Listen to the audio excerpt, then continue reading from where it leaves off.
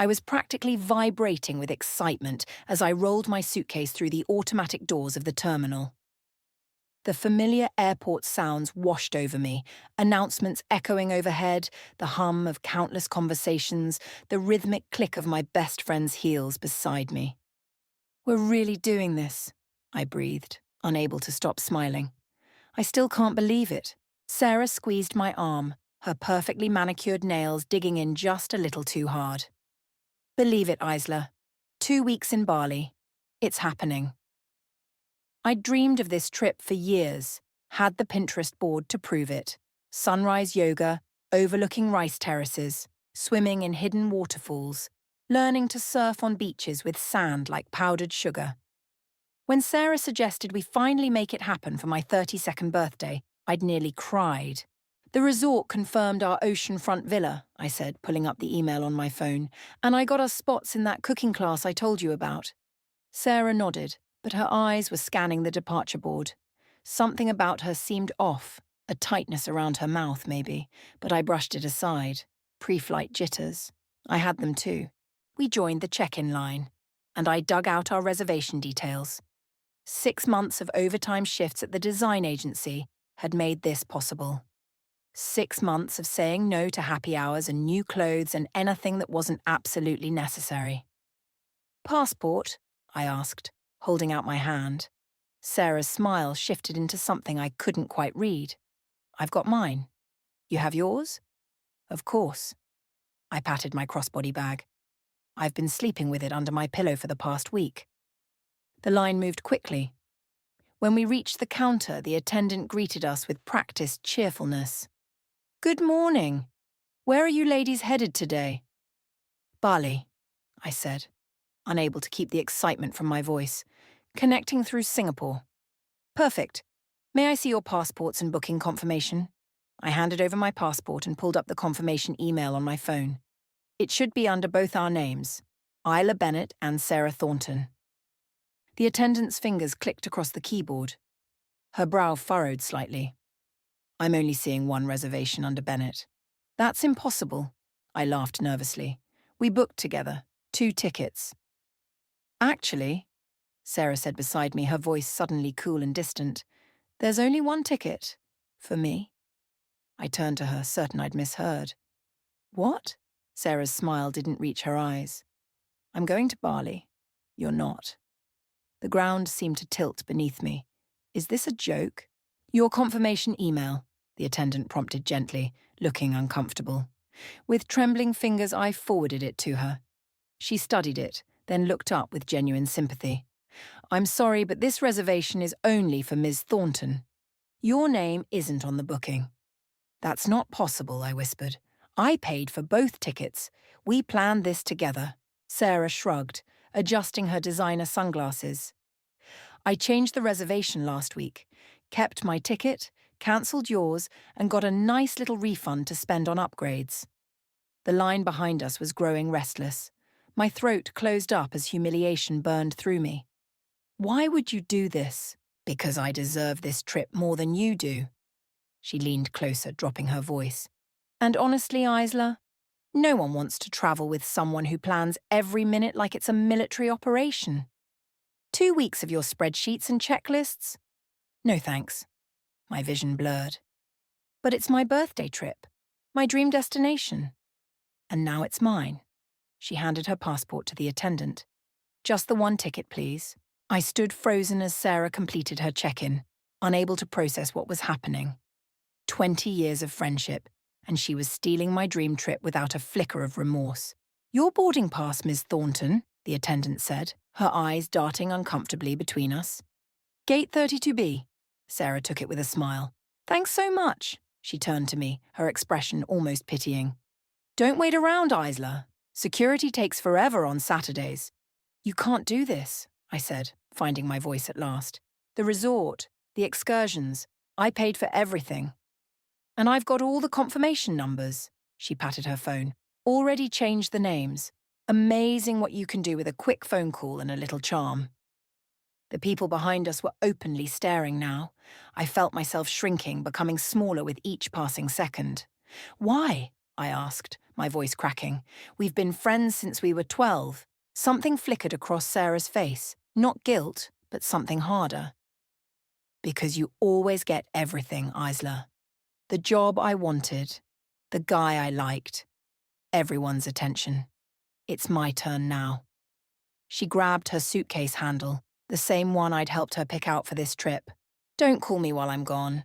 I'll be too busy enjoying your birthday present to myself. I watched her walk away, my dream destination tucked neatly in her back pocket. At the security line, she turned and waved, a queen bestowing one final acknowledgement on a subject no longer worthy of her attention. And as the realization of what had just happened crashed over me in waves, one thought crystallized through the shock and betrayal. Sarah Thornton had no idea what she'd just started. I don't remember leaving the airport. Somehow I ended up in my apartment, still wearing my travel clothes, a half-packed suitcase mocking me from the corner of my bedroom. The walls felt too close, the air too thick. My phone buzzed for the 20th time. Cadence. I'd been ignoring her calls since the airport, but she wasn't giving up. When it rang again, I finally answered. Isla, thank God, are you okay? What happened? I opened my mouth to explain, but all that came out was a strangled sob. I'm coming over, she said immediately. Don't move. 30 minutes later, Cadence was sitting cross-legged on my bed, her face a mask of disbelief as I finished recounting what happened. That absolute witch, she whispered. I knew Sarah could be selfish, but this is another level. I pulled my knees to my chest.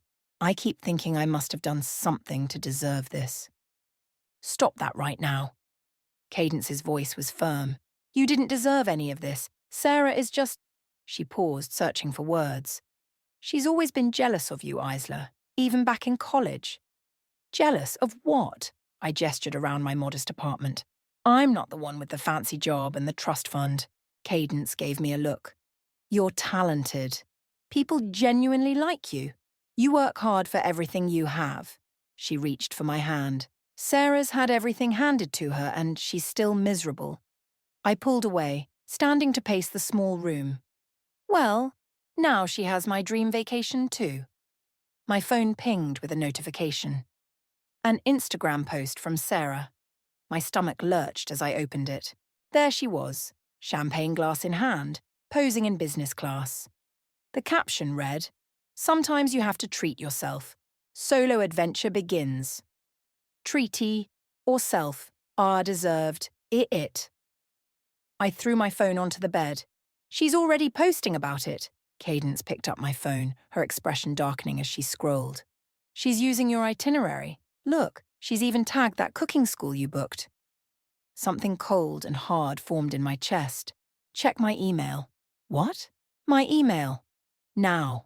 Cadence looked confused but handed me my phone. I pulled up my banking app instead, logging in with shaking fingers. Oh my God, I whispered. What is it? I turned the screen toward her.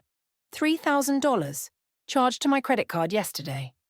I scrolled through the transactions. Resort upgrades, spa packages, a private tour. She has your credit card information? Cadence asked, horrified.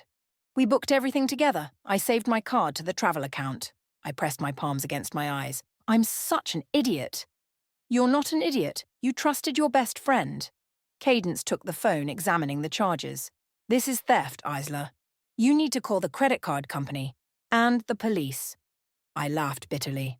And say what? That I willingly gave her access to book our trip, that I have no proof she wasn't authorized to make these charges. My phone rang again. Wyatt. I'd completely forgotten we had plans tonight. Are you going to answer that? Cadence asked. I shook my head. I can't talk to him right now. Why not? Wyatt would want to know what happened. Because it's humiliating, I snapped, then immediately regretted it. Sorry, it's just... He warned me about Sarah. Said she was using me. And you didn't believe him? She was my best friend since middle school. Of course I defended her. I sank back onto the bed. Now I look like a complete fool. My phone buzzed with a text from Wyatt. Everything okay? I'm outside your building. Cadence read it over my shoulder. Let him come up. You need all the support you can get right now. 10 minutes later, Wyatt was standing in my living room, his expression shifting from concern to anger as Cadence filled him in.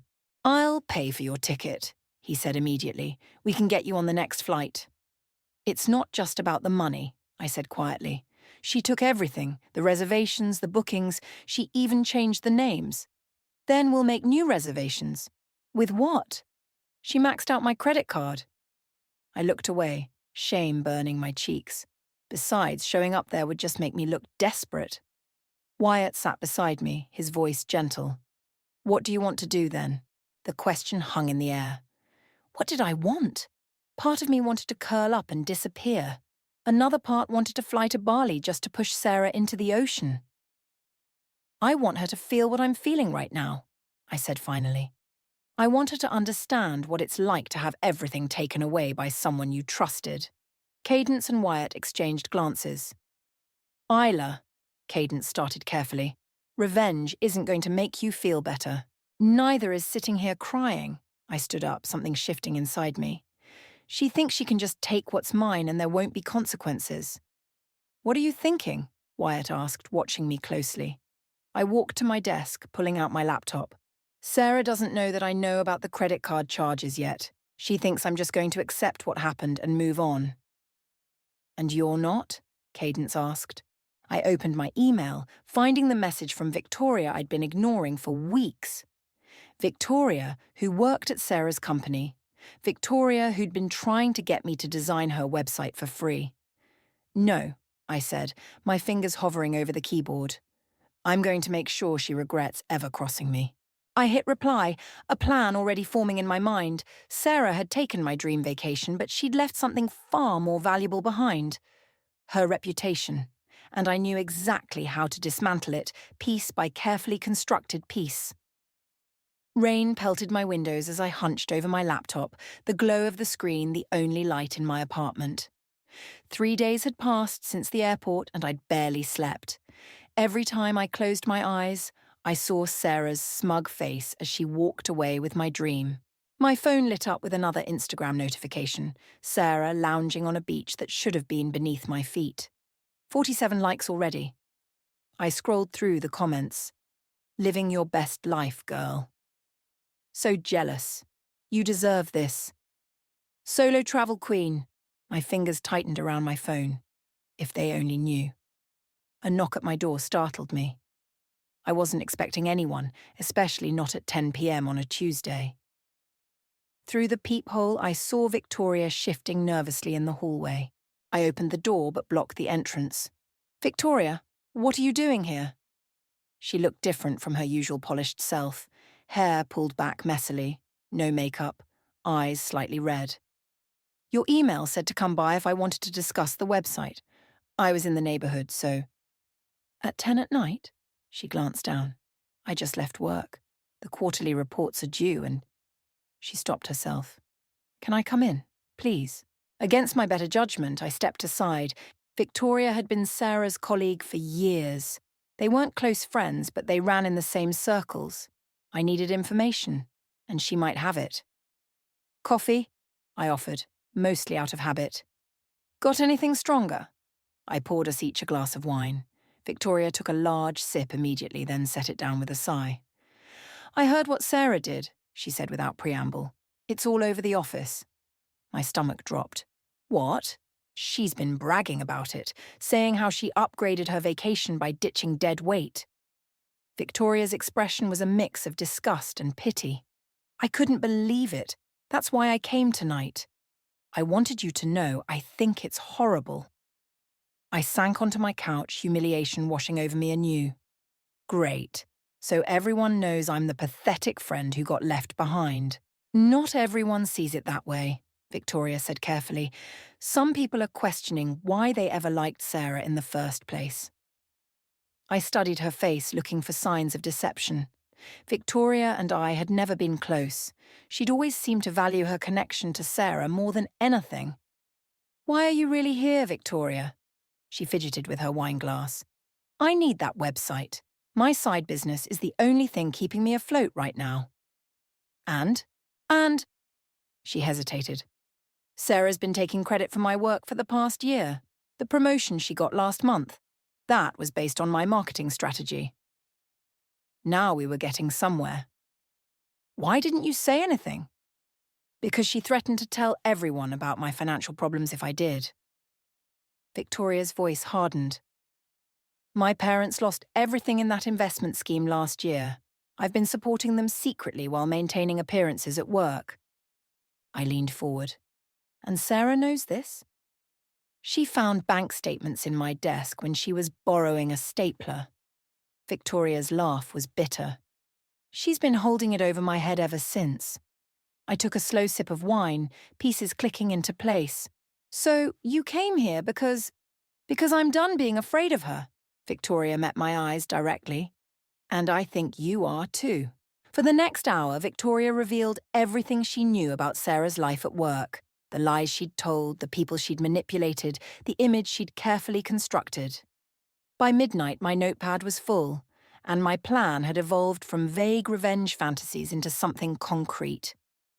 There's one more thing, Victoria said as she prepared to leave. Sarah didn't just take your vacation.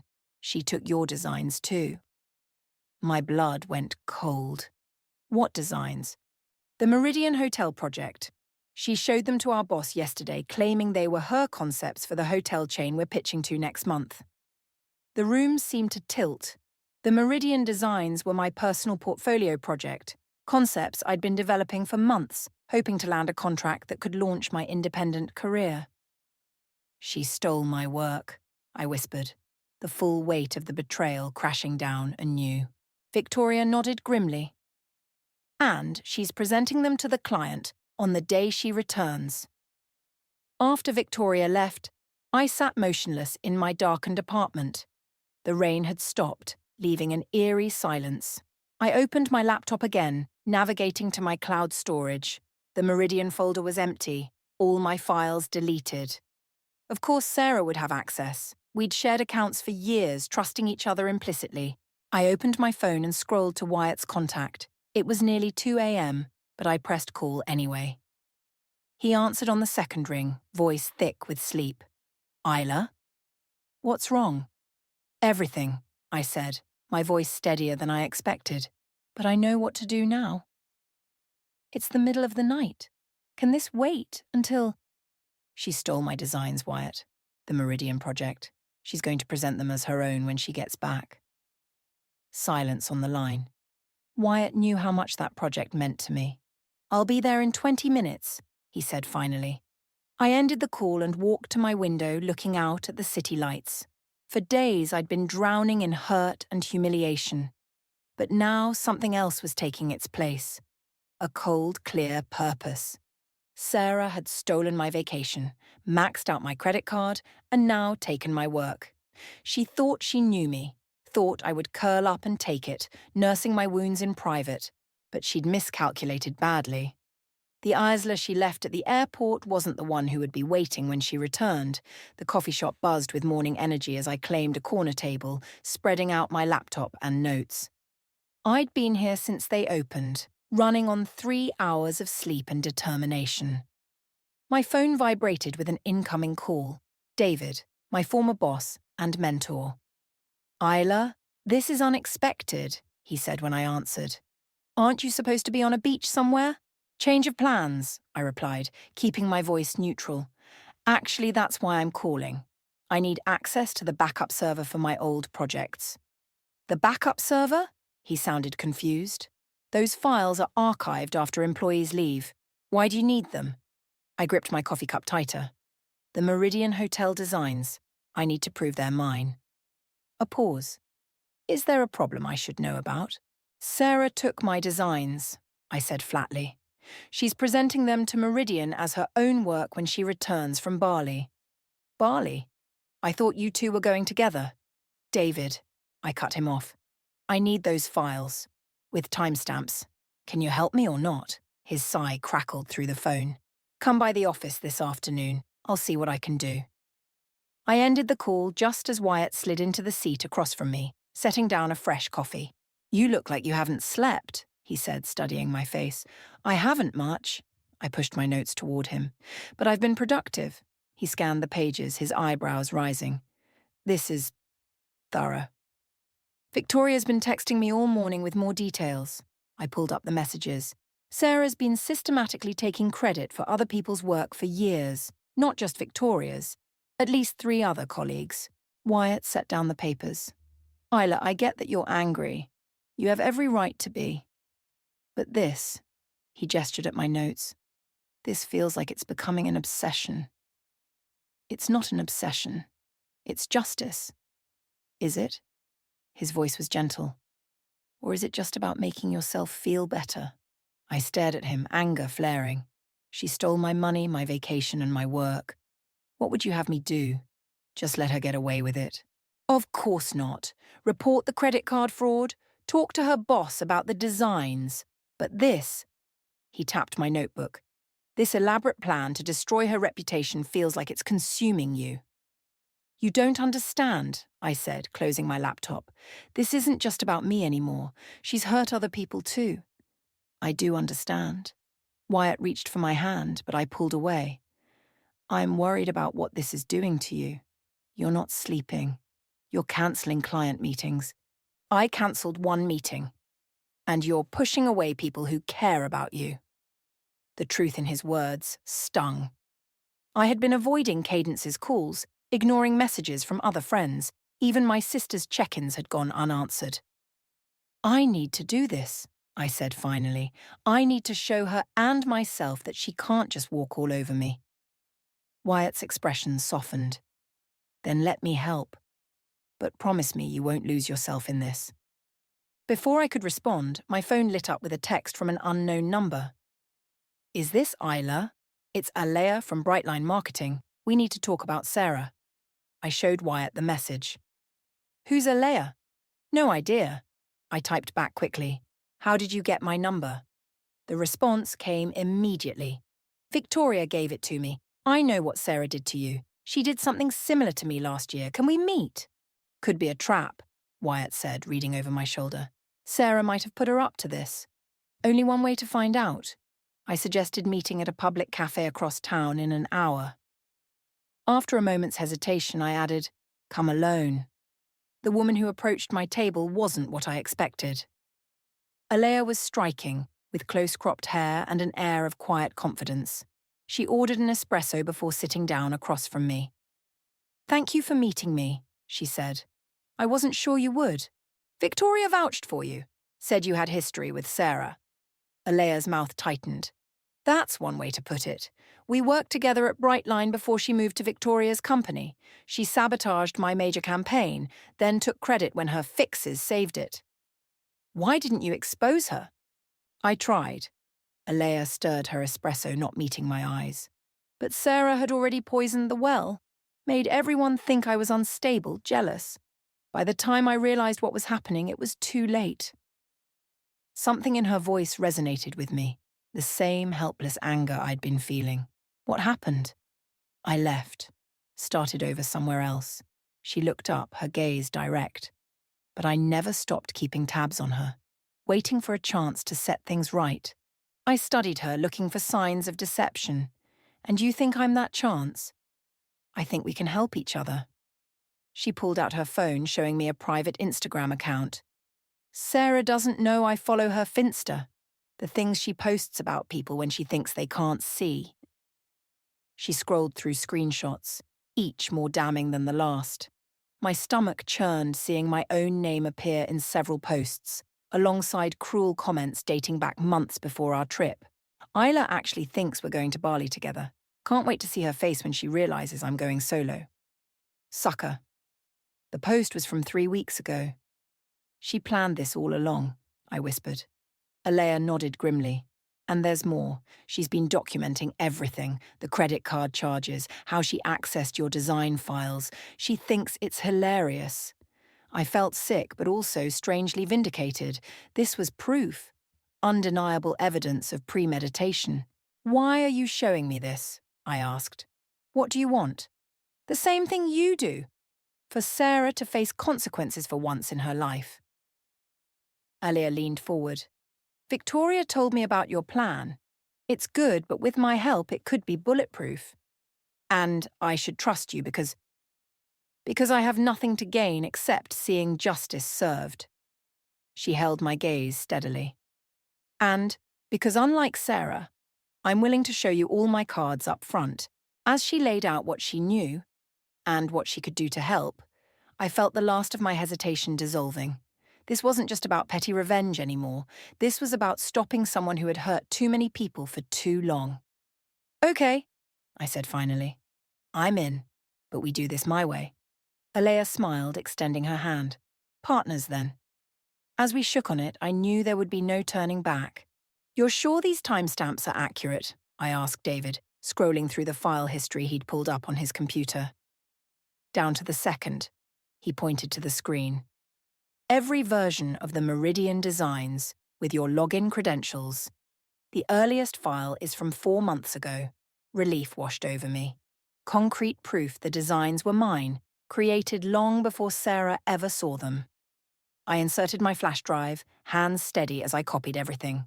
Thank you for this, I said, meaning it. I know you didn't have to help. David leaned back in his chair, studying me with concern.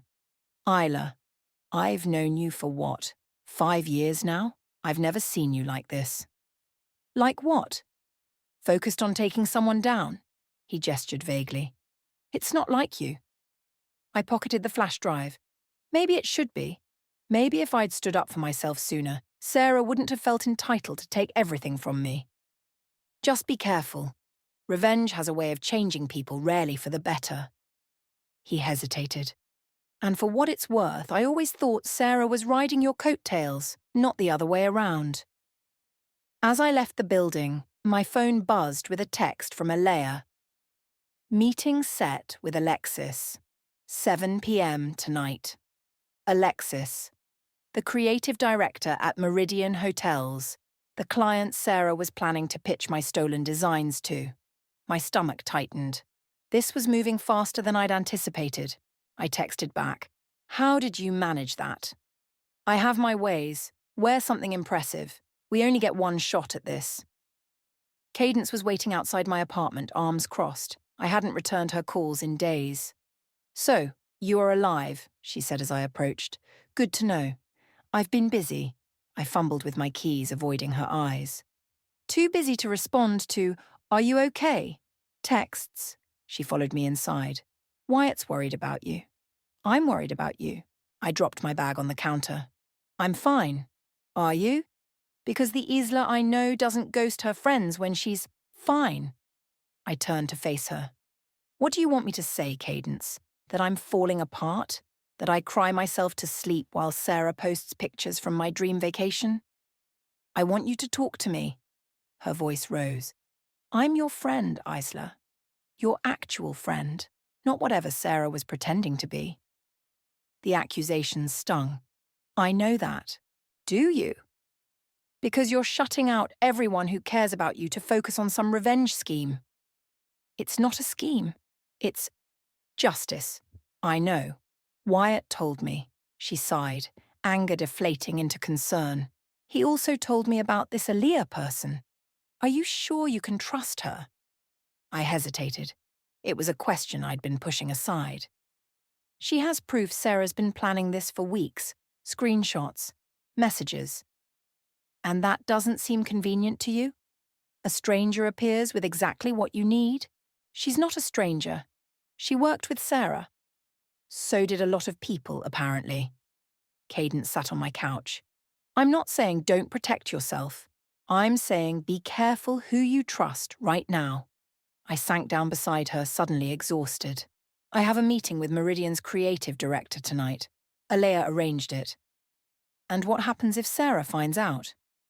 The question hung in the air. I hadn't considered that possibility. She's still in Bali, I said finally. She won't know. Unless someone tells her. Cadence's expression was serious. You said yourself Sarah has people everywhere. What if Alea is one of them? A chill ran through me. What if this was another trap? What if I was walking right into it? I have to take that chance, I said, more to convince myself than Cadence. This meeting might be my only opportunity to protect my work. Cadence took my hand. Then let me come with you, as backup.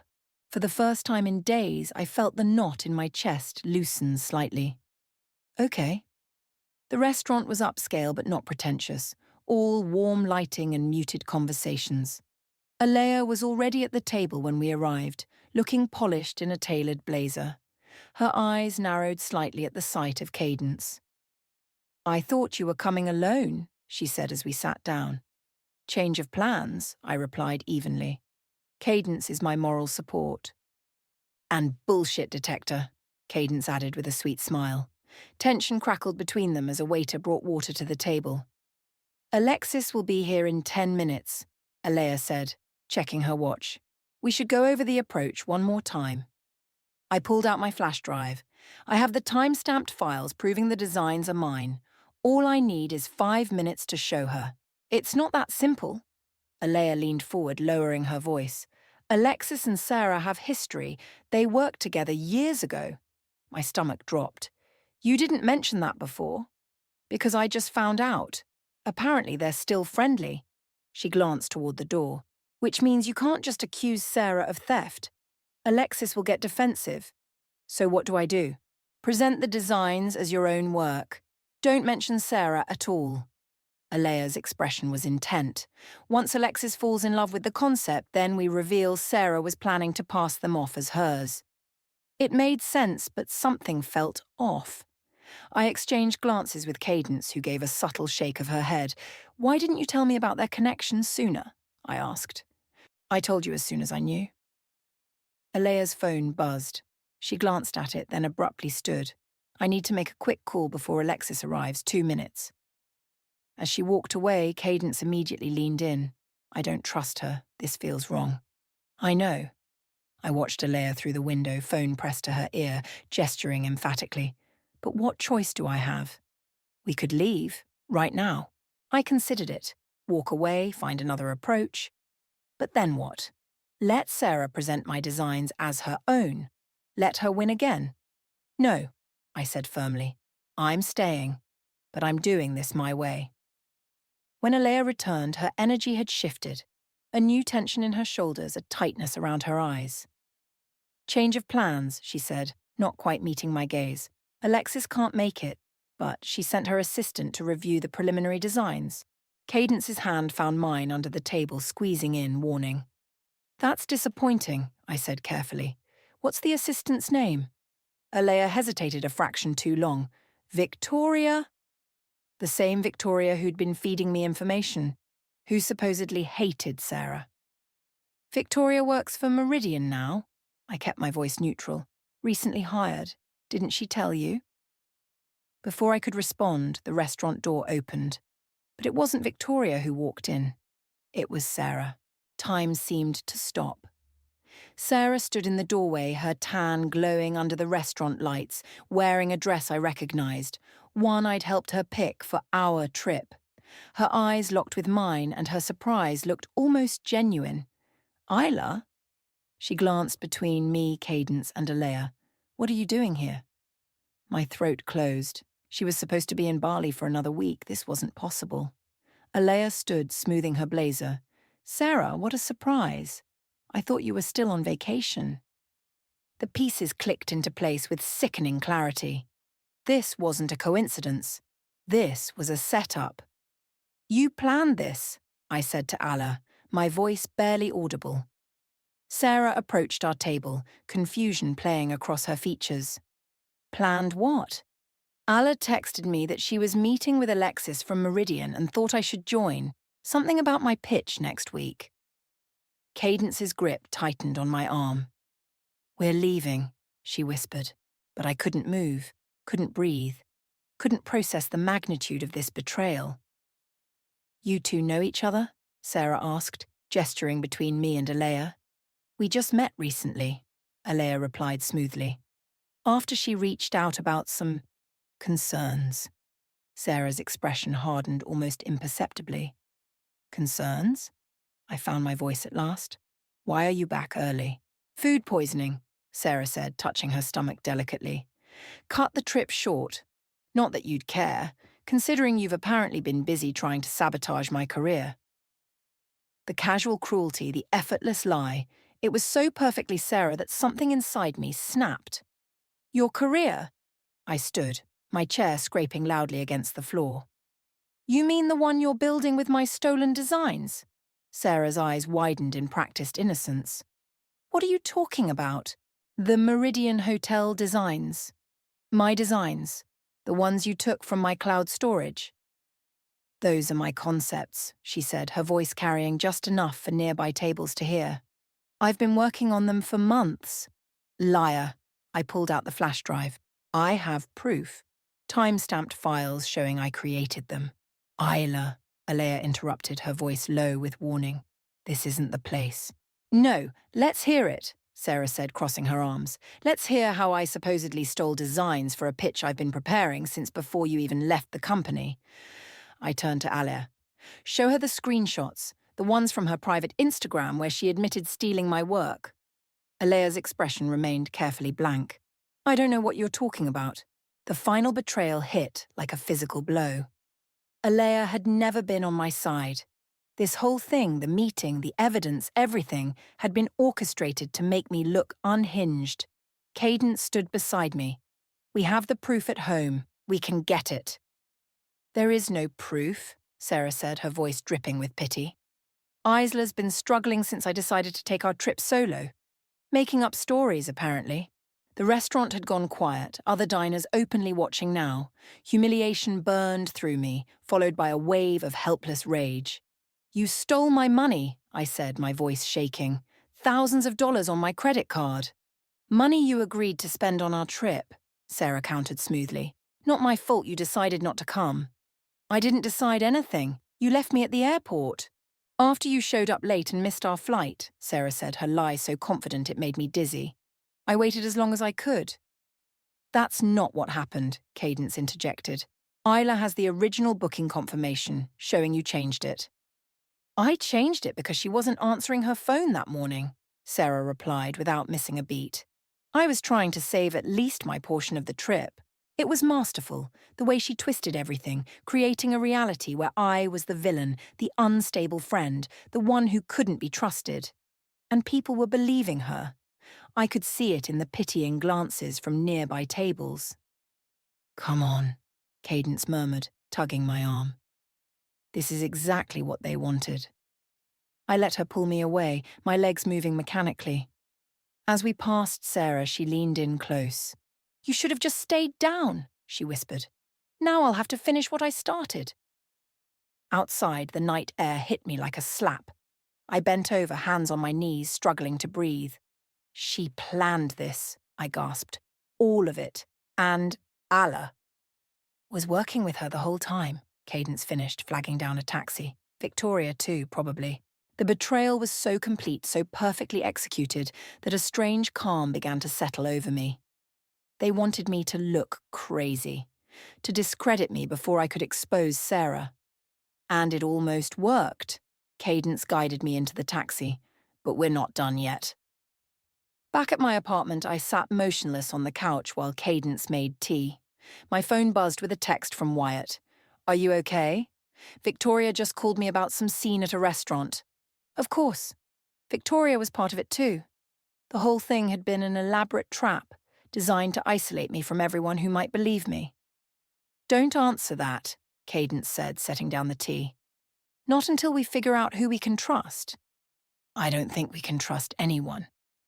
I stared at my hands, still trembling slightly.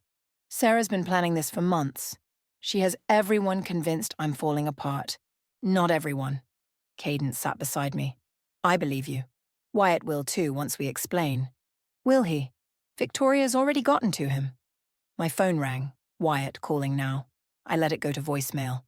What do we do? I asked, feeling more lost than ever. Cadence was quiet for a moment. We need leverage.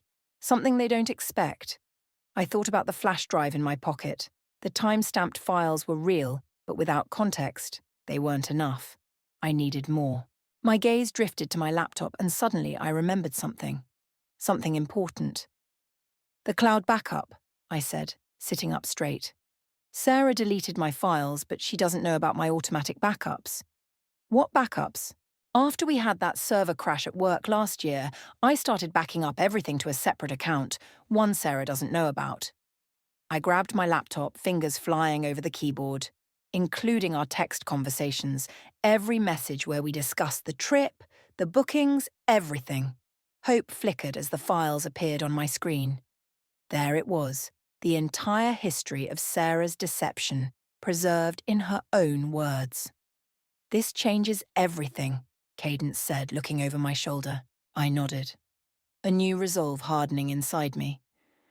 Sarah thinks she won tonight, but she just showed me exactly what I'm up against. And for the first time since this began, I knew exactly how to fight back. The reunion party hummed with energy, voices and laughter spilling out onto the hotel rooftop terrace. I stood in the entrance, scanning the crowd. 3 days of preparation had led to this moment, and my hands trembled slightly despite my calm exterior. "You sure you're ready for this?" Cadence asked beside me, her voice barely audible over the music. I nodded, adjusting the strap of my bag. More than ready. We'd been strategic, waiting for the perfect opportunity. This annual gathering of former colleagues was it. A public setting with witnesses Sarah couldn't control. People who knew both of us. People whose opinions mattered to her. I spotted her across the terrace holding court in a circle of admirers, champagne glass in hand. She hadn't noticed me yet. "Remember the plan," Cadence murmured. "Stay calm, no matter what she says." "I know." I took a deep breath. "Is Wyatt here?" "By the bar. He's got everything ready." After that night at the restaurant, I'd finally called Wyatt, explaining everything. His anger wasn't directed at me, but at himself, for not seeing through Victoria's manipulation when she'd called him. He'd been my rock ever since, helping piece together the evidence, connecting dots I'd missed. I moved through the crowd, accepting greetings with brief smiles, keeping Sarah in my peripheral vision. David nodded to me from across the room. Another ally in place. Everything was set. When I reached the bar, Wyatt handed me a glass of water that looked like vodka. "You okay?" "I will be." I took a sip, the cold liquid steadying me. "Is the presentation ready?" He patted his jacket pocket. "Queued up and ready to go." I'd rehearsed this moment countless times in my head, but now that it was here, doubt crept in. What if Sarah outmaneuvered me again? What if people chose to believe her version no matter what evidence I presented? "Stop," Wyatt said gently, reading my expression. "You've got this. The truth is on your side." Before I could respond, a familiar voice cut through the ambient noise. "Isla, you actually came." Sarah approached, her smile not reaching her eyes. "I'm surprised after your episode at the restaurant." Several heads turned our way. This was it, the opening I needed. "I wouldn't miss it," I said, matching her smile, "especially since I have something to share with everyone." Wariness flickered across her face. "Oh? My Bali photos? Everyone's been asking about our trip." I raised my voice slightly, drawing more attention. "Though I guess they're just your photos now, aren't they?" Sarah's smile tightened. "Isla, maybe we should talk privately." "Why?" "I thought you wanted everyone to know how you upgraded your vacation by ditching dead weight. Isn't that what you told people at the office?" The crowd around us had grown quiet, sensing the tension. "You're clearly still upset," Sarah said, her voice dripping with practiced concern. "I understand, but this isn't the place." "Actually, it's the perfect place." I set down my glass. "Because everyone here deserves to know who you really are." Sarah's eyes darted around, assessing the audience. I could almost see her calculating her next move. "If you're going to make accusations, you should be careful," she said, voice low with warning. "People might question who's really being honest here. That's exactly what I'm counting on." I nodded to Wyatt, who moved toward the small stage where a projector had been set up for anniversary announcements. Sarah's composure slipped for just a moment. "What are you doing?" "Showing everyone the truth, with evidence." I stepped closer, keeping my voice private. "Did you really think I wouldn't have backups of everything? Every text, every email, every Instagram post where you bragged about stealing my trip?" The color drained from her face. You're bluffing. Am I? I smiled. You know what your mistake was, Sarah? You thought I was weak, that I'd just accept what you did and crawl away. But you taught me something important. How to fight back. The lights dimmed slightly as Wyatt connected his laptop to the projector. A murmur ran through the crowd. Don't do this, Sarah hissed, grabbing my arm. I'll tell everyone you fabricated everything. I gently removed her hand. You can try, but timestamps don't lie. Neither do bank records or your own messages. David stepped up to the microphone. If I could have everyone's attention for a special presentation. Sarah's eyes widened with panic. I'll ruin you. You already tried. I moved past her toward the stage. Now it's my turn. The room fell silent as I took the microphone, heart pounding but voice steady. Many of you have asked about my trip to Bali with Sarah. The truth is, I never made it there. I paused, looking directly at her. And I'd like to show you why. The first slide appeared, my original booking confirmation for 2 people, followed by the altered version with only Sarah's name. Then came the credit card statements showing thousands in unauthorized charges. With each new piece of evidence, the room's energy shifted, murmurs of disbelief growing louder. I continued methodically, my voice gaining strength. Sarah also took my design portfolio, work I spent months creating.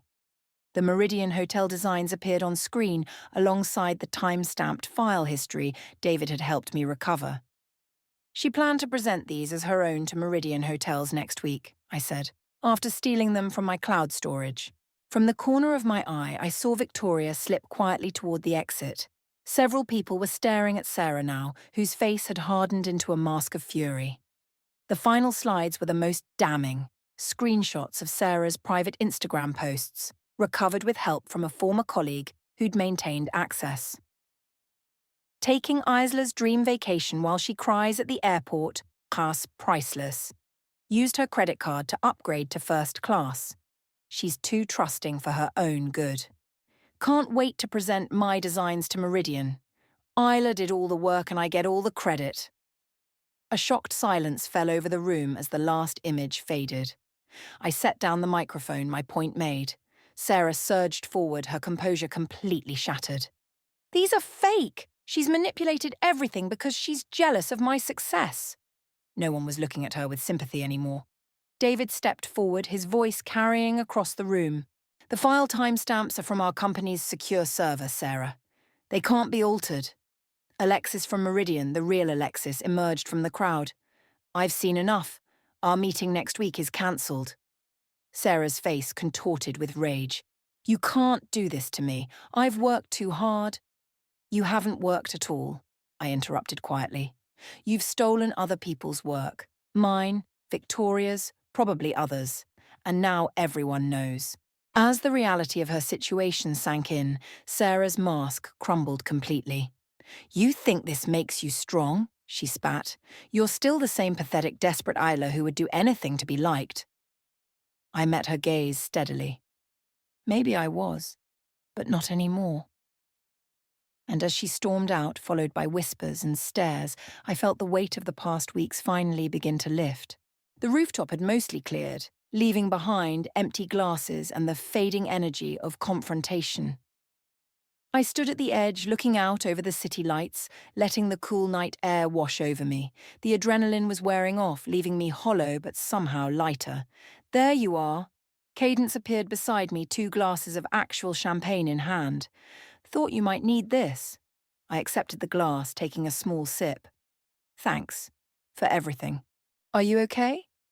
She leaned against the railing. That was intense. I'm not sure yet. I swirled the champagne, watching the bubbles rise. It doesn't feel like I thought it would. What did you think it would feel like? Triumphant. Satisfying. I shrugged. But it just feels quiet. Wyatt joined us, his tie loosened, looking relieved. Alexis wants to meet with you tomorrow about the Meridian project. Said she was impressed by your designs and your integrity. A small spark of pleasure broke through the numbness. Really? Really? He hesitated. Sarah's gone. Victoria too. David's telling everyone they should check their work to make sure nothing else was stolen. I nodded, unsurprised. Has anyone heard from Alea? Disappeared completely, Cadence said. Deleted her social media accounts this morning, almost like she knew what was coming. Something about that bothered me, but I couldn't place why. Before I could pursue the thought, David approached, looking slightly uncomfortable. Isla, there's someone who wants to speak with you. He gestured toward the bar where a woman waited, her posture rigid with tension. She says it's important. I recognized her immediately, the real Alea. Not the woman who had met me at the cafe, but the one from the photos I'd found during my research. The actual former colleague Sarah had sabotaged. I'll be right back, I told Cadence and Wyatt, setting down my glass. As I approached, Alea straightened, her expression guarded. You're Isla. And you're the real Alea. She nodded, a flicker of surprise crossing her face. You knew? Not until recently. I sat on the bar stool beside her. The woman who approached me claiming to be you, who was she? Sarah's cousin. They look nothing alike, but they've been running this con for years. Alea's fingers tapped nervously on her glass. I only found out about tonight because a former colleague called me, asking if I was really helping you expose Sarah. The pieces clicked into place. So you never worked with Victoria? I've never even met her. Alea met my gaze directly. But I've been tracking Sarah ever since she destroyed my career. Collecting evidence, building a case. Why didn't you come forward sooner? Because no one would believe just me. Sarah made sure of that. A hint of admiration crept into her voice. But you did what I couldn't. You got people to listen. She reached into her bag, pulling out a flash drive. This has everything I've collected over the past 2 years. Financial records showing Sarah's been embezzling from the company. Emails where she takes credit for other people's work. It's all there. I stared at the drive, not reaching for it. Why give this to me now? Because you've already done the hard part, cracking her image. This will make sure she can't just move to another company and start over. Alea pushed it toward me. And because I think you'll actually use it. I picked up the drive, turning it over in my fingers. What do you get out of this? The same thing you do. Closure. She stood, gathering her things, and the satisfaction of knowing she can't hurt anyone else.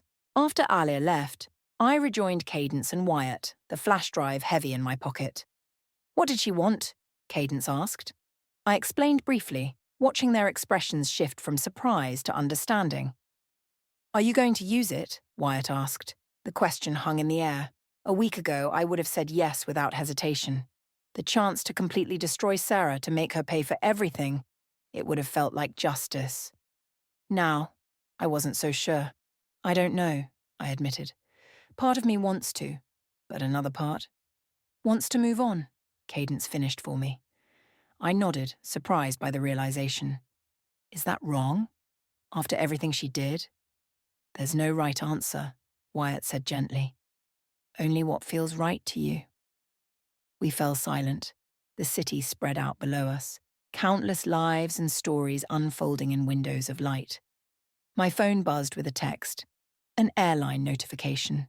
Your flight to Bali departs tomorrow at 10:45 a.m. Check-in opens in 12 hours. I stared at it, confused. I didn't book a flight to Bali. We did, Cadence said, smiling slightly. Well, Wyatt did most of it. I helped with the itinerary. You're going to that cooking class, Wyatt added, and the sunrise yoga and whatever else was on that Pinterest board of yours. Emotion welled up, threatening to overflow. I can't just leave. The Meridian meeting is in 3 weeks, Wyatt said. Plenty of time for you to have your dream vacation first. We use the refunded charges from your credit card, Cadence explained.